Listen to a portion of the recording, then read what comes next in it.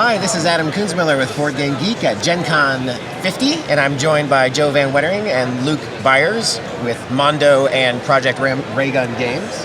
And we're here to look at The Thing Infection at Outpost 31. So glad I went to Outpost 32 last time. So what is The Thing? So it's based on the John Carpenter movie from 1982. So we tried to recreate the movie as best we could. It's a hidden identity game, so you don't know who's human, who's been infected by the alien. And you're going through the outpost, trying to clear it out sector by sector, trying to suss out who the thing is. You're going on missions, collecting certain cards. There's sabotage cards in there people can throw to try to purposely fail the missions. But there's also gear that'll help the humans modify stuff. So, yeah. So are the humans ultimately hoping to kill the thing, to escape? Right, so yeah, they're trying to escape on the helicopter at the end with no infections because the infections make it on the helicopter back into Earth. Bad news. Yeah.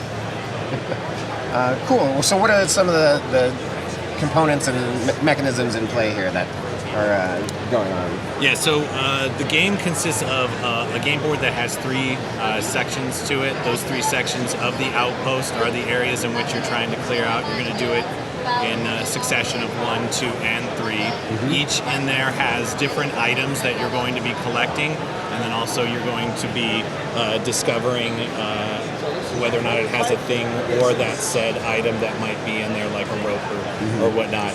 Those items are going to help you as you move forward in accomplishing these mission cards. So each captain is going to be taking a team of individuals, which is identified on here by not only their occupation, but the number of that said occupation that needs to go on that mission. And what we really wanted to do was to create a game that was a hidden identity game that kind of said what happens after you do that pass or fail vote. So you get them on there, you're going on a mission, what does that mission look like? And in the film, it very much so is investigating this very confined, claustrophobic outpost to make sure that an alien infection is not making its way into... And now you mentioned hidden identity. Is it just the thing or not, or are there some more subtle things going on there? Yeah, so every player gets one of these blood sample cards, which indicates whether or not that they are an imitation or a human.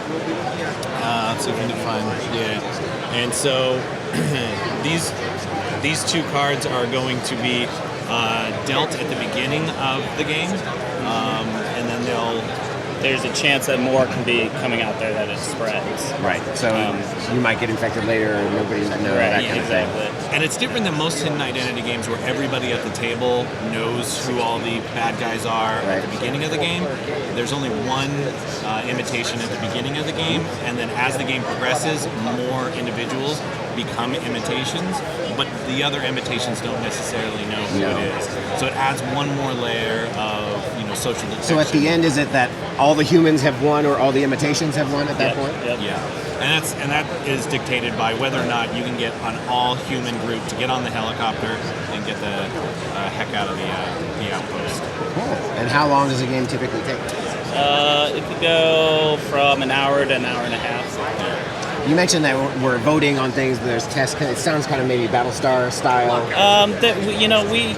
We had a lot more voting when we were first testing, but we took it out until the very end.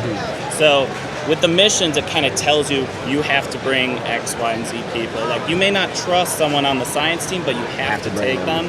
It's at the end where the last person to defeat the last thing or get the last flamethrower, they elect someone else to be the captain, and everyone votes on that. So you have to still be able to trust at least one other person, and they're just going to choose that final team. And the element that adds kind of some of that, you can't help it but have to trust those individuals, are done in the supply card. So as in any other building, you're going to be running around the outpost using these items, these bits of equipment to help to get that mission finished and done. So it's things like a shotgun, it might be an axe or a flashlight, but very, very on theme. There's also copper wire and a petri dish, all of which really are nods to the 82 film. Right. And how long does a typical game last?